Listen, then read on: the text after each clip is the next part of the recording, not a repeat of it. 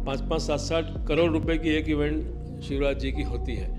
विधायक, सांसद और इवन कैबिनेट मंत्री की भी कोई हैसियत नहीं है। जो भी काम होता है सीधे वल्लभ भवन से होता है और उसके लिए भारी दाम चुकाना पड़ता है, और ऐसा लगभग सच भी था। वहीं मंदिर, मस्जिद और सनातनी और इन्हीं चीज़ों पर केंद्रित हो गए हैं कि बीजेपी जो है दरअसल अपनी जो आइडियोलॉजी है उसमें देख रही है कि अब वो जो हिंदुत्व को एक वो जो मेन टारगेट लेके चलती थी, अब वहाँ से लोगों का ध्यान हट रहा है और लोग धीरे धीरे अब पलट रहे हैं। तो वो उसको बदलने के लिए, उससे बचने के लिए वो अपने बड़े बड़े चेहरे, बड़े बड़े नाम को इस्तेमाल करना चाहती है। कॉलेज पढ़ने वालों को वापस नर्सरी में दाखिला दिला दिया है, ऐसा लग रहा है चुनाव में। कई विभागों में तनख्वाह इस बार दिवाली से पहले बढ़ पाएगी कि नहीं बढ़ पाएगी, ऐसा है, ये स्थिति है। ये स्थिति मध्य प्रदेश में है। दोस्तों नमस्कार। पिछले 3 दिनों से मैं इंदौर घूम रहा हूँ और अब आखिरी पड़ाव पर हूँ और इसमें प्रेस क्लब में हूँ, इंदौर के प्रेस क्लब में। तो मुझे लगा कि यहाँ जो पत्रकार है वो जो है पूरे मामले पर जो चुनाव चल रहा है एक तीसरा नज़रिया रखता है, ऊपर से देखता है चुनाव को, लिहाजा उससे बात करनी चाहिए और इसी नज़रिए से हमने कुछ पत्रकारों को इकट्ठा कर रखा है। तो हमारे साथ प्रवीण खारीवाल जी हैं, प्रेस क्लब के अध्यक्ष हैं। देखिए, हेमंत मालवीय जी हैं, कार्टूनिस्ट हैं और पत्रकार हैं, रेगुलर सोशल मीडिया पर आप इनको देखते होंगे। आप गिरीश मालवीय जी हैं, सोशल मीडिया के स्टार हैं अपने तरीके से, आजकल वेबसाइट भी लॉन्च कर दिया इन्होंने। तीनों लोगों से मैं बात करूंगा। शुरुआत प्रवीण जी मैं आपसे करूंगा। अभी देखिए, अब 17 को पोलिंग होनी है, आज 2 तारीख है और पूरे चुनाव को आपने जो है देखा इस दौरान, और पहले भी आप देखते ही रहे हैं। तो सबसे पहले अगर मैं आपसे पूछूं कि यह चुनाव पिछले चुनाव से क्या कुछ अलग है, कोई नई बात है उसमें, कोई नए मुद्दे हैं, या उसी तरह चल रहा है जैसे पिछले दिनों होता था? देखिए, मुद्दे तो चुनाव में दुर्भाग्य है कि जो मुद्दे होना चाहिए राजनीतिक पार्टियां वो मुद्दे सामने रखती नहीं है, और जनता भी जिन मुद्दों पर सरकारों को, जनप्रतिनिधि को चुना जाना चाहिए उनको भूल जाती है और एन केन प्रकार छोटे मोटे दाएं बाएं मुद्दों पर उलझ कर रह जाती है। तो ये तो मुद्दे की हुई बात। ऐसा कोई मुद्दा मध्य प्रदेश में इस समय है नहीं। वही घूम फिर के वही मंदिर, मस्जिद और सनातनी और इन्हीं चीज़ों पर केंद्रित हो गए हैं। लेकिन मध्य प्रदेश में ऐसे अनेक मुद्दे हैं पिछले 5 साल की सरकारों के। वो जरा गिनाइए। हाँ जी बिल्कुल। पिछले 5 साल की सरकारों में जो विशेषकर मध्य प्रदेश में भ्रष्टाचार का एक ग्राफ जो बढ़ा है वो एक अहम मुद्दा है, जिसकी वजह से भारतीय जनता पार्टी के नेता और कार्यकर्ता दोनों अपनी ही सरकार से नाराज़ हुए, क्योंकि एक ये परसेप्शन बन गया था कि भाई बगैर लिए दिए कोई काम होता नहीं है, और मध्य प्रदेश में विधायक, सांसद और इवन कैबिनेट मंत्री की भी कोई हैसियत नहीं है। जो भी काम होता है सीधे वल्लभ भवन से होता है और उसके लिए भारी दाम चुकाना पड़ता है, और ऐसा लगभग सच भी था। और यही वजह थी कि भारतीय जनता पार्टी के कार्यकर्ता मध्य प्रदेश में बड़ी संख्या में सरकार से नाराज़ थे, और वो नाराज़गी आज दिन तक बनी हुई है। एक दूसरा, भ्रष्टाचार के बाद जो सरकारी भर्तियां हैं अलग अलग किस्म की, उसमें भी ये कई बार सिद्ध हो चुका है कि सरकार और उससे जुड़े लोग, सत्ता साके से जुड़े लोग उसमें गड़बड़ियां करते हैं। मध्य प्रदेश व्यापम घोटालों को लेकर पूरे देश में चर्चित हुआ है, कि जिसमें हमने देखा कि मेडिकल के स्टूडेंट को किस तरह से फर्जी तरीके से प्रवेश दिया जाता था और उन्हें पास कराकर डॉक्टर बनाया जाता था। तो आज भी मध्य प्रदेश में जो गंभीर लोग हैं वो मध्य प्रदेश में इलाज कराने से डरते हैं, या डॉक्टर से पूछते हैं कि आप कौन सी बैच के हैं, इस पीरियड में अच्छा। नहीं है। तो ये एक बड़ा कलंक मध्य प्रदेश की शिक्षा व्यवस्था पर लगा है। और बीच में 1-2 साल जरूर सरकार ने भर्तियों में गड़बड़ी से हाथ खींचा, लेकिन पिछले 2 साल में जो भर्तियां हुई, पुलिस की हुई, पटवारियों की हुई, या पटवारी वाला एक बड़ा मसला बना था, दीगर विभागों में हुई, उसमें से फिर से यही चीज़ की गई है। तो एक ये बड़ा इशू है जिससे मध्य प्रदेश के युवा सरकार को लेके खासे नाराज नज़र आते हैं। तो ऐसे कई गंभीर मुद्दे हैं जो इस समय चुनावी चर्चाओं से गायब है, क्योंकि हमेशा की तरह भारतीय जनता पार्टी ने उन मुद्दों को उभार दिया है, राम मंदिर हो, सनातन हो, हिंदू मुस्लिम हो, इस तरह के मुद्दे हवा में तैर रहे हैं इस समय। गिरीश जी, जैसा कि प्रवीण जी ने कहा कि मुद्दे तमाम हैं, मुद्दे हजार हैं जो जनता को परेशान कर रहे हैं, यहाँ तक बीजेपी के कैडर तक परेशान हैं, बावजूद इसके मुद्दा नहीं बन रहे हैं। तो वजह क्या है, मुद्दा क्यों नहीं बन पा रहा है? देखिए, ऐसा नहीं है कि मुद्दा नहीं है, मैं इसको एक थोड़ा सा अलग नज़रिए से देखता हूँ। चुनाव में एक अहम शब्द इस्तेमाल किया जाता है, अंडर करंट। तो अंडर करंट अगर आप देखा जाए ना, तो इस वक्त कहीं ना कहीं जनता में मौजूद है, और वो अंडर करंट जरूर कुछ ना कुछ बदलाव के संकेत दे रहा है इस वक्त। तो ऐसा 2018 का जो भी चुनाव जब हमने देखा है, तो हम उससे कंपेयर करते हैं, तो उस वक्त भी ऐसा कोई लग नहीं रहा था कि कांग्रेस की सीटें ज़्यादा आएंगी और बीजेपी की कम आएंगी। लेकिन उस वक्त भी अचानक से इतना एकदम से परिवर्तन हुआ, और वही की वही बात अभी भी लग रही है कि आप कहीं भी जाएंगे, इंदौर को छोड़ दीजिए, बाकी जगहों पे भी आप देखेंगे तो नेक टू नेक फाइट वाली सिचुएशन बहुत सारी सीटों में दिख रही है। और कहीं ना कहीं जो 20 साल की जो इनकी एंटी इनकम्बेंसी है वो इफ़ेक्ट कर रही है, और जनता अभी आज की मैं बात बता रहा हूँ, प्याज यहाँ पे 60-70 रुपए किलो के लगभग हो गई। तो उस वक्त इस चीज़ का भी तुरंत इस वक्त असर पड़ रहा है, और शिवराज सिंह अपनी लाडली लक्ष्मी योजना और बहुत सारी योजनाओं को लेके आए हैं, उसका कुछ अच्छा भी प्रभाव पड़ा है, ऐसा नहीं है। जो पूरी एक तस्वीर बन रही है उसमें लग रहा है मुद्दे उभर के सामने नहीं आ रहे हैं। मतलब मुद्दे हैं लेकिन वो चर्चे में नहीं है, इलेक्शन का एजेंडा नहीं बन रहे हैं। सरकार मतलब खासकर कांग्रेस अपनी जो 5 गारंटी क्या क्या सब घोषित की थी उसका प्रचारित नहीं कर रही है, या क्या वजह है? नहीं, मैं कहना चाहूँगा कांग्रेस जैसे पारंपरिक रूप से लड़ा करती थी चुनाव, हाँ। वो वैसे ही लड़ रही है। अच्छा। उसमें वैसी सरफटोल है जैसे पहले हुआ करती थी, तो वैसे ही आज भी है। हाँ। कांग्रेस के साथ दिक्कत ये है कि उसका जो कैडर है वो गायब ही रहता है, और अभी भी गायब है। और किसी किस्म का मतलब वो भाग्य भरोसे ही पहले भी लड़ती आई है, और अभी भी वो एंटी इनकम्बेंसी के भरोसे लड़ रही है। और इस पे अगर कांग्रेस अभी भी थोड़ा सा समय बाकी है, अगर अभी भी कुछ काम करे तो शायद कुछ बेहतर हो सकता है। कांग्रेस की क्या योजनाएं हैं इसके बारे में लोगों को ज़्यादा जानकारी नहीं है। कांग्रेस ने क्या वादे किए हैं इसके बारे में कोई जानकारी नहीं है लोगों को। ये एक बेसिक इनके साथ दिक्कत है। अच्छा, बीजेपी के पास पूरा प्रचार तंत्र है, तो बीजेपी तो बड़ी आसानी से अपनी चीज़ों को प्रचारित कर लेती है, लेकिन कांग्रेस के पास तो प्रचार तंत्र भी नहीं है। नॉट इवन उसके पास विधायक भी जो उसके कैंडिडेट खड़े हुए हैं, वो लोग भी कुछ अभी तक तो देखिए, जो सच्चाई है वो तो यही है। अब इसको किसी भी आप उसमें देखिए, जनता में ज़रूर है कि बदलाव तो चाहते हैं, पर इसको घुराने में कांग्रेस कितने प्रतिशत सफल होगी ये देखना है, कांग्रेस के प्रति चैलेंज है। प्रवीण जी, मैं अभी गया था बदनावर, तो मुझे वहाँ कुछ जागरूक लोग मिले। मुझे लग रहा मैं अपने तरीके से उनको मैं जागरूक ही संज्ञा दूंगा।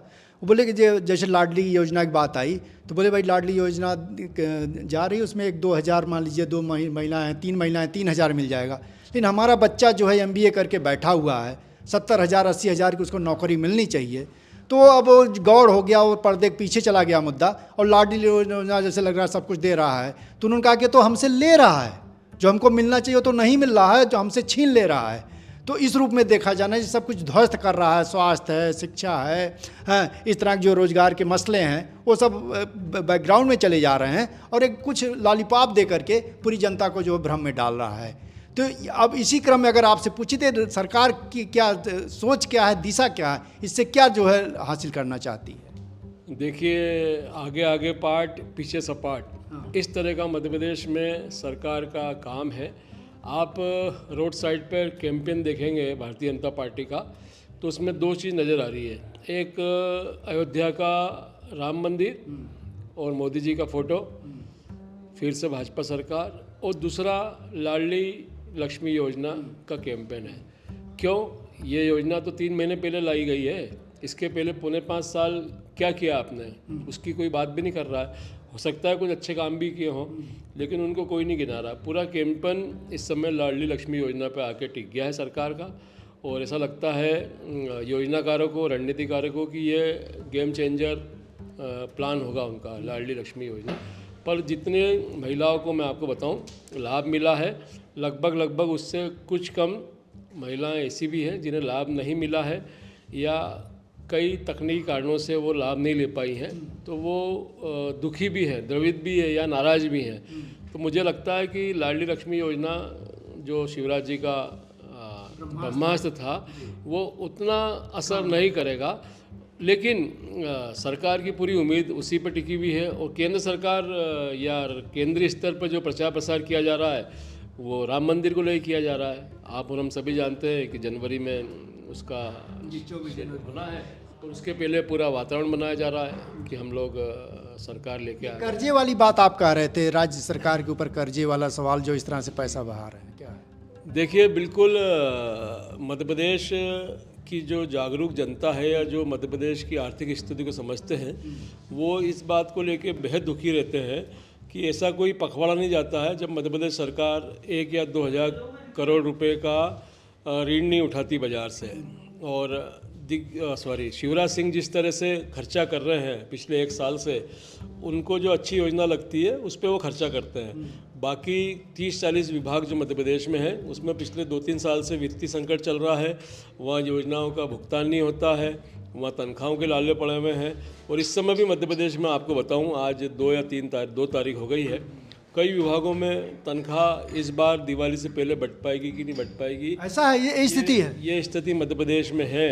आज आप इंदौर में बैठे हो, इंदौर नगर निगम में ये स्थिति है। राज्य सरकार के कई विभागों में पिछले कुछ माहों से तनख्वाहें 5, 7, 8, 10, 15 तारीख तक डल रही है लोगों के इसमें। तो इस महीने दिवाली लोगों की बिगड़ने वाली, शासकीय कर्मचारियों की। लेकिन सरकार अभी पिछले 3 दिन पहले उन्होंने 2,000 करोड़ रुपए उठाए, इसके पिछले सप्ताह 2,000 करोड़ रुपए उठाए। इसको लेकर शिकायत भी हुई चुनाव आयोग में कि साहब आचार संहिता लगी है तो इस तरह के धन के खर्चे पर रोक लगाई जाए। लेकिन शिवराज जी को एक शौक़ है, वो अपनी बड़ी बड़ी इवेंट करते हैं जिस तरह से देश में नरेंद्र मोदी जी करते हैं, उन्हीं के मॉडल को उन्होंने अडॉप्ट कर लिया है। बड़ा डोम, बड़ा मंच और मंच पे अकेले, और साथ में 10, 20, 30, 40 हज़ार लोगों को लाने के लिए सरकारी व्यवस्थाएं सब विभागों के माध्यम से सरकार खर्चा करती है। गाड़ी घोड़े के लाने के पैसे सरकार जिस विभाग का कार्यक्रम रहता है उसके माथे मान दिए जाते हैं। 5-5, 7-7 करोड़ रुपए की एक इवेंट शिवराज जी की होती है। लेकिन इस समय सब कुछ 5 साल का भुला के लाडली लक्ष्मी योजना पर सरकार का आके टिक गया है, और मैं समझता हूँ कि बहुत कोई फ़ायदा उसका मिलने वाला नहीं है। अच्छा, अब तीनों लोगों से मैं एक सवाल जो है, क्योंकि कॉमन है, ये जो कहा जा रहा सरकार बीजेपी जिस तरह से अपने बड़े नेताओं को उतारी है, मंत्रियों को उतारी है, महासचिव यहाँ से खुद ही लड़ रहे हैं बीजेपी के, और शिवराज सिंह का चेहरा पीछे किया गया है, तो इसके जरिए क्या हासिल करना चाहती है? क्यों उतारा गया है, या क्या चीज़ लगी जो बीजेपी को ऐसा किया जाना चाहिए? देखिए, सबसे बड़ा जो एक डर लगा है कर्नाटक के बाद, इनको थोड़ा सा उस चीज़ का फीडबैक मिला है कि क्या हमसे गलती हुई है, और इसी वजह से जैसे प्रवीण जी बता रहे थे कि लाडली लक्ष्मी योजना को वो एकदम से इसीलिए लेके आए हैं कि उन योजनाओं को आगे करके जो सीधे सीधे जनता को उनकी जेब में पैसा पहुंचा रही हैं, ताकि जनता से सीधे सीधे वोट मांगा जा सके। तो ये चीज़ें दिखती हैं। और आपने सही कहा कि जो सारे बड़े बड़े मंत्री हैं, कैबिनेट मंत्री हो गए, केंद्रीय मंत्री हो गए हैं, महासचिव हो गए हैं, और भी जितने बड़े नेता हैं, उनको छोटे से विधायक के चुनाव में मतलब उनके स्तर के से तो नीचे उतारा जा रहा है। तो ये दिख रहा है, ये डर दिखाता है एक्चुअल में कि बीजेपी जो है दरअसल अपने जो आइडियोलॉजी है उसमें देख रही है कि अब वो जो हिंदुत्व को एक वो जो मेन टारगेट लेके चलती थी, अब वहाँ से लोगों का ध्यान हट रहा है और लोग धीरे धीरे अब पलट रहे हैं। तो वो उसको बदलने के लिए, उससे बचने के लिए वो अपने बड़े बड़े चेहरे, बड़े बड़े नाम को इस्तेमाल करना चाहती है, उसके आधार पर जीतना। जी जी जी जी। प्रवीण सर, आपकी ये क्या वजह क्या हो सकती है, मूल वजह क्या हो सकती है, और इसके जरिए क्या हासिल करना चाहती है बीजेपी? मुझे लगता है कि शुरुआती दौर में अमित शाह के नाम सर पूरी भारतीय जनता पार्टी को डराया गया। 6 महीने तक ये माहौल बनाया गया कि चुनाव के सूत्र अमित शाह और केंद्रीय नेतृत्व के हाथ में रहेंगे। अश्विनी वैष्णव यादव जी ऐसे तमाम, और भारतीय जनता पार्टी के राष्ट्रीय संगठन मंत्री, सह संगठन मंत्री, क्षेत्रीय संगठन मंत्री, इस तरह के पूरे दिग्गज लोगों को मध्य प्रदेश में लगाया गया। और पहली और दूसरी सूची जब आई, जब लगा कि 7 सांसदों को, 3 केंद्रीय मंत्री को और कैलाश विजयवर्गीय सरी के बड़े नेताओं को मैदान में उतारकर भारतीय जनता पार्टी गुजरात वाला फार्मूला लागू करेगी, बड़ी संख्या में विधायकों के और मंत्रियों के टिकट काटेगी। लेकिन चौथी और पाँचवीं और छठी सूची में आते आते ये सारे मंसूबे भारतीय जनता पार्टी के ध्वस्त हो गए। आखिरी की 3 सूची में शिवराज सिंह चौहान ने जो चाहा वैसा पाया। उनके सारे मंत्रियों को और विधायकों को वो एन के एन प्रकार टिकट दिलाने में कामयाब हो गए। तो मुझे लगता है कि जो केंद्रीय नेतृत्व का जो लक्ष्य था एंटी इनकम्बेंसी ख़त्म करने के लिए विधायकों को टिकट काटे, वो उनका मंसूबा पूरा होता हुआ मुझे नज़र नहीं आ रहा है। और कहीं ना कहीं यही वजह है कि आज भी कार्यकर्ताओं की जो नाराज़ी विधायकों को लेकर थी, मंत्रियों को लेकर थी, शिवराज सिंह चौहान को लेकर थी, वो बरकरार है। हाँ, ये ज़रूर है कि इस समय केंद्रीय नेतृत्व ने इतने मुख्यमंत्री के पद के दावेदारों को मैदान में उतार दिया है कि अब ये शंका कुशंका होने लग गई है कि नरेंद्र सिंह तोमर मुख्यमंत्री होंगे, कि प्रहलाद पटेल होंगे, कि फग्गन सिंह कुलस्ते होंगे, कि कैलाश विजयवर्गीय होंगे। इस तरह के अनेक दावेदार उन्होंने पैदा कर दिए हैं। तो मुझे लगता है कि केंद्रीय नेतृत्व ने बड़े सयानेपन से सभी दावेदार जो समय समय पे शिवराज की राह में रोड़ा बनते थे, उनको मैदान में उतार के ये कहा है कि आप खुद जीतिए और 5-5, 10-10 सीटें आसपास जिताइए, और इसके बाद आप लोगों के भाग्य का फैसला हम करेंगे। हेमंत जी, आप बताइए क्या वजह क्या है, और इसमें जो है क्या माना जाए कि मोदी जो है, एक फैक्टर और मैं जोड़ दे रहा हूँ कि मोदी जो है जिस तरह से अब सीधे राज्यों के चुनाव में उतरते थे, अंत में पता चल रहा था कि चीज़ें जो है खिलाफ चली जा रही हैं और उससे उनकी एक छवि को नुकसान पहुंच रहा है। उसमें लगा कि अब हम ना जाए, नीचे एक लीडरशिप तैयार की जाए जो है बड़े नेताओं की, वो धक्का झेले, ऐसा कुछ है। देखिए, आप अगर ये देखेंगे तो अभी मोदी जी का एक विज्ञापन रिलीज हुआ है कि आप मेरे नाम पे वोट दो, है ना। अब इतने बड़े लीडर्स को उतारने के बाद जो कहते हैं, इंदौर में कहा जाता है या मध्य प्रदेश में कहते हैं कि ये नर्सरी पढ़ने वालों, कॉलेज पढ़ने वालों को वापस नर्सरी में दाखिला दिला दिया है, ऐसा लग रहा है चुनाव में। और ये ऐसा बाकी सभी जो बीजेपी कार्यकर्ता भी होंगे उनको भी महसूस हो रहा होगा कि पार्टी की हालत बहुत ख़राब है। अदरवाइज़ भाजपा जो पार्टी है वो दरअसल मशहूर इसलिए कि ये नए लोगों को और युवा नेतृत्व को चांस देती है। अगर ये कि यही लोग वापस लड़ते रहे तो, या फिर क्योंकि या तो इनके बच्चे लड़ेंगे या ये लड़ेंगे, तो जो उसका युवा कार्यकर्ता है वो कहीं ना कहीं डिप्रेशन में आ रहा है कि यार ये तो इनके घरों में ही बट रही है सीटें और हम तो फिर बेवकूफ़ बन गए, हमें फिर दरी उठाने के लिए। आप अगर जितनी भी सीटें देखेंगे तो लगभग उसमें रिपीट हुए हैं प्रत्याशी, कुछ बहुत ज़्यादा कुछ नई सीटें नहीं दी गई हैं, कुछ नए लोगों को ज़्यादा चांस नहीं दिया गया है। तो कुल मिला के ये भाजपा का भय दिखाती है। जो सीटों का बंटवारा है, अगर भाजपा में हिम्मत होती तो वो नए लोगों को आगे करती, पर अभाव दिखाई दिया इस बात का। मैं प्रवीण जी, हेमंत जी से बात को आगे बढ़ाते हुए, हेमंत जी कह रहे हैं भाजपा डरी हुई है और ये सब चीज़ें कर रही है और सारी कवायद कर रही है, तो ये तो कांग्रेस के लिए बहुत ही पॉजिटिव एक वो था, मतलब संकेत था, अपने तरीके से उसको लेती है और आगे बढ़ जाती। कहाँ कांग्रेस से गलती कहाँ हो रही है? क्योंकि पहले, अब अंदर यहाँ मध्य प्रदेश में क्या माना जा रहा मैं नहीं जानता, बाहर मैसेज था कांग्रेस डंके की चोट पर जीत रही है, क्योंकि पिछली बार भी जिस तरह से इनके साथ धोखा हुआ था वो जनता इस तरह से उसको बर्दाश्त नहीं करेगी। तो एक दूसरी स्थिति थी और धीरे धीरे स्थितियाँ यहाँ आ गई हैं कि पता चला लोग कह रहे हैं कांटे का संघर्ष है। तो ये कहाँ कमी रह गई, गलती कहाँ हुई? मुझे लगता है कि कांग्रेस के जितने दिग्गज नेता इस समय मध्य प्रदेश में हैं, विशेषकर कमलनाथ और दिग्विजय सिंह, उनके स्तर पर रणनीति में कहीं ना कहीं गड़बड़ी हुई है। कमलनाथ मध्य प्रदेश में इस समय चुनाव को लीड कर रहे हैं और वो कांग्रेस के इतने दिग्गज नेता हैं कि उनके आगे न तो किसी की चलती है और न वो किसी की चलने देते हैं। तो कई चीज़ें उस स्तर पर आकर भी रुक गई है कांग्रेस में। 5 साल में यहाँ पे 4 प्रभारी महासचिव बदले हैं। उससे आप अंदाज़ लगा सकते हो कि केंद्रीय पदाधिकारी कोई भी मध्य प्रदेश में सहजता से काम नहीं कर सकता है। यहाँ पर 4 चौथे प्रभारी महासचिव के रूप में रणदीप सुरजेवाला आए हैं, जो कर्नाटक में जीत का सेहरा बांध के यहाँ पे आए। इसके पहले दीपक बावरिया पिछले चुनाव में प्रभारी थे जब सरकार बनी थी। उसके बाद मुकुल वासनिक यहाँ के प्रभारी बने। उसके बाद JP अग्रवाल को आजमाया गया, लेकिन इन सब लोगों की हालत ये रहती है कि ये इनके दिल से यदि पूछो तो इनको लगता है कि कहाँ मध्य प्रदेश में आ गए और कहाँ कमलनाथ और दिग्विजय कमलनाथ के चक्कर में। वो सुरेश पचौरी भी एक फैक्टर था, लेकिन अभी इन दिनों थोड़ा शांत है। तो ऐसे दिग्गज नेताओं के फेरे में फंसकर वो लोग बहुत कुछ नहीं कर पाते हैं। कमलनाथ जी से अपॉइंटमेंट नहीं मिल पाता है, अपॉइंटमेंट मिल जाए तो जो उनको प्लानिंग देते हैं उस पर वो तत्काल तैयार नहीं होते हैं। विचारों में कई दिनों तक चीज़ें निकलती है। अभी आप आश्चर्य करेंगे, 3 दिन पहले कांग्रेस आलाकमान के साथ मध्य प्रदेश की नेताओं की मीटिंग हुई, तब जाके मीडिया प्लान और आउटडोर कैंपेन प्लान और बड़े नेताओं की सभाओं के प्लान को अंतिम रूप दिया गया। कब? जबकि आपके हाथ में 15 दिन घोषित और इसमें से दिवाली त्यौहार के 3-4 दिन निकालने, तो 12-13 दिन आपके हाथ में है।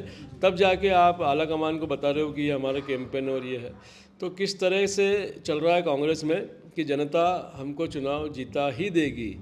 मध्य प्रदेश की भोपाल में एक जुमला चल रहा है कि कमलनाथ जी ने तो एक 12 दिसंबर की डेट भी तय कर रखी है कि उस दिन मुझे शपथ लेना है और 2 स्तरीय मंत्रिमंडल को शपथ दिलाना है।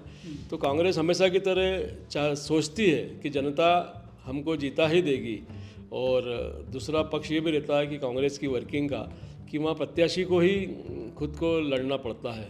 तो हम देखते हैं और ये पाते भी हैं कि सारे बड़े प्रत्याशी, इवेंट कंपनी या उनके घर परिवार के लोग उनकी सेवाओं को लेकर इस समय मैदान में है, लेकिन मुकाबला काफ़ी कड़ा है। हाँ, ये बात सही है कि कांग्रेस बीते 3 माह में आगे दिखती थी, 130, 135, 140 सीट नज़र आती थी, लेकिन अब बिल्कुल बराबरी का मुकाबला आ गया है।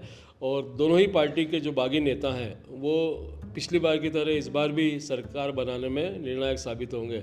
कांग्रेस को एक बात हमेशा ध्यान रखना चाहिए कि यदि 116 सीट आती है कांग्रेस की तो भी वो सरकार नहीं बना पाएंगे, और भारतीय जनता पार्टी की 105, 107 सीट आती है तो भी अमित शाह के नेतृत्व में मध्य प्रदेश में भारतीय जनता पार्टी की सरकार बन जाएगी।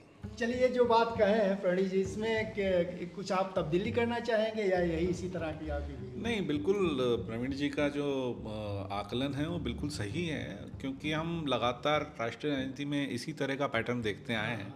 गोवा में कैसा हुआ, बाकी और मिज़ोरम जो उत्तर पूर्व की जो राजनीति है उसमें कैसे बीजेपी पिछले 8-10 सालों में आगे बढ़ी है। तो ये बिल्कुल साफ है कि वो इस पैटर्न पे काम करते हैं और कम सीटें आने पे भी सरकार बनाने में वो एक बड़ी निर्णायक भूमिका रखते हैं इस मामले में। हेमंत जी, आप आखिरी जो है टिप्पणी। सर, मैं तो कहता हूँ अगर बीजेपी 80 सीट भी ले आएगी तो भी सरकार बना लेगी। मैं तो ये कहता हूँ क्योंकि ये तो चुनाव लड़ना ही बंद कर देंगे लोग। नहीं, देखिए, चुनाव तो लड़ाने के लिए लड़ाए जाते हैं, बाकी ये तय है कि सरकारें बनती कैसे हैं। और अमित शाह जी ने तो इसमें रिकॉर्ड तोड़ काम किया है और बड़ा ज़बरदस्त काम किया है। ये तो विश्व राजनीति के लिए मतलब सिखाने वाली चीज़ें हैं। वाकई वो इस बारे में चाणक्य साबित हुए कि सरकारें किस तरह से बनाई जाती हैं। किस कोई बात जो लग रही हो कि हम आनी चाहिए, महत्वपूर्ण है, छूट गई हो?